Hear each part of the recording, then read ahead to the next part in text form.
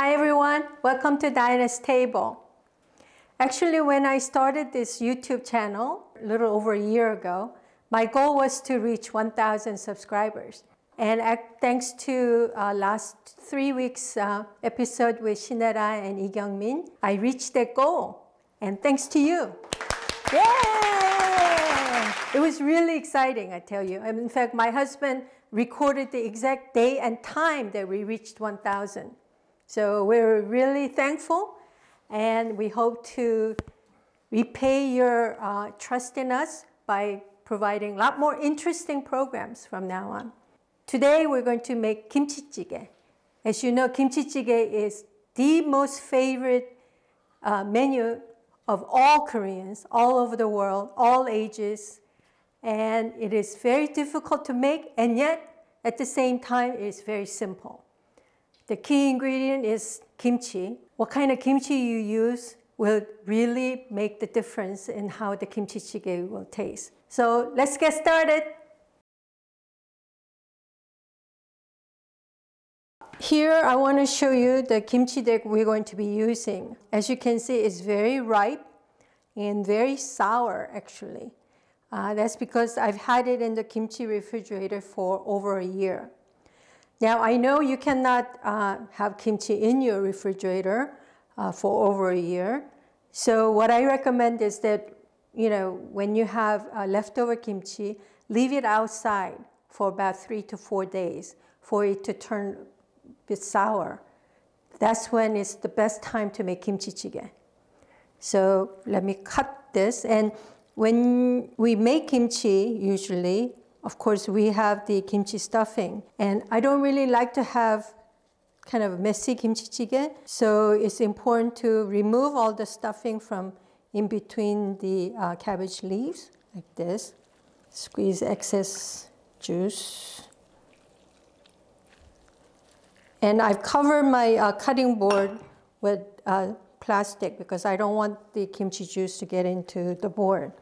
It's very hard to remove it. 1/4 of a cabbage here.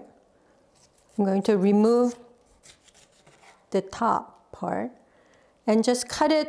I like to have my kimchi not too big, but at least have some bite sizes into it. So we'll cut it into small sizes like this.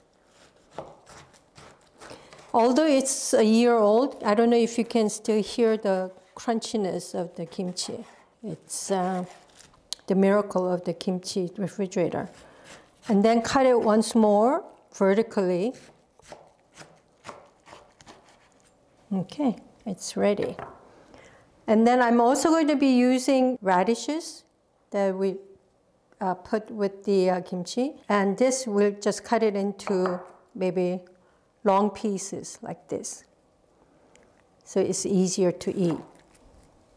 I think that should be enough. Don't throw away the kimchi juice because we're going to be adding it to the kimchi jjigae. So let me bring my pot and we'll show you how we season it. So I'm going to transfer the cut kimchi into a medium-sized pot. Be sure to mix the radish as well. Some people actually add sesame oil and stir fry the kimchi first before they add other things. I like my kimchi to be really kind of nice and clean taste. And you can really enjoy or appreciate the full taste of kimchi rather than having oil. So I don't really stir fry it before. I wonder if it's too much, but why not? And then, as I said, it's important to put the kimchi juice and strain the kimchi juice in a strainer because you don't want too much of the pepper and seasoning to go in there. So I'll strain it. And it's about 1 cup of kimchi juice.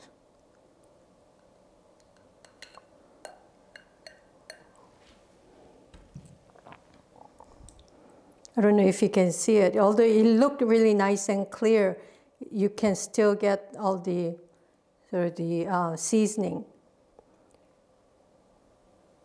Then I'm going to add to this about 2 cups of dashi stock.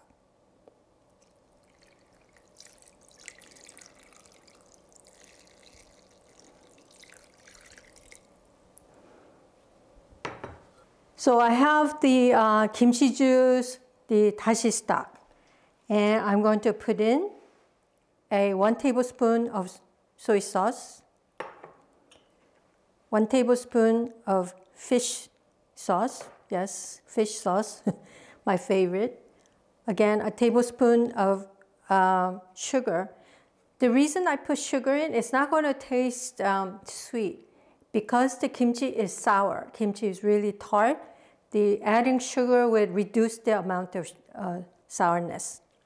So, and I would put in maybe a tablespoon of gochugaru, just to add a little more color to the kimchi. Okay, mix it well, and I'm going to turn it on and cook it for about 15 minutes before we finish. And maybe we can add like tofu or other things.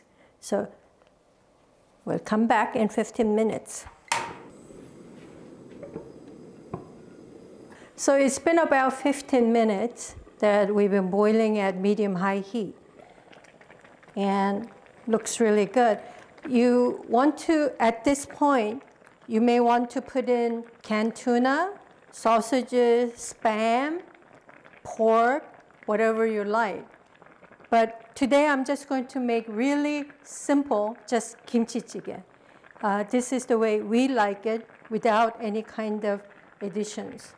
I just wanted to show you that after about 15 minutes, that's when you put your other ingredients in. Don't start with that, because you want to be able to keep that sort of the kimchi taste alive before you add other things in. But I am also going to add, at this time, a 1 medium firm tofu.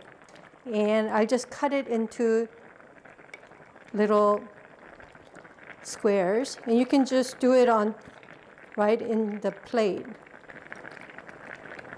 Here, it's ready. You get a little tofu in there.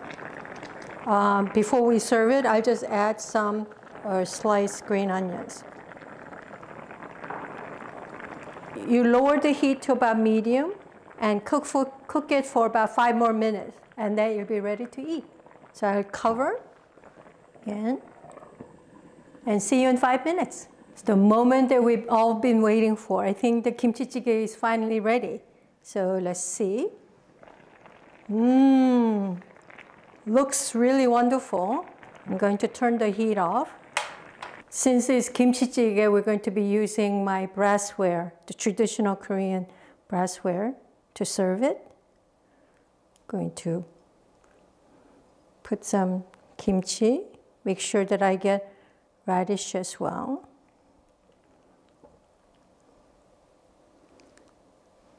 And then, of course, I want my tofu. I'll take 2. I'm ready to eat. So, bon appetit!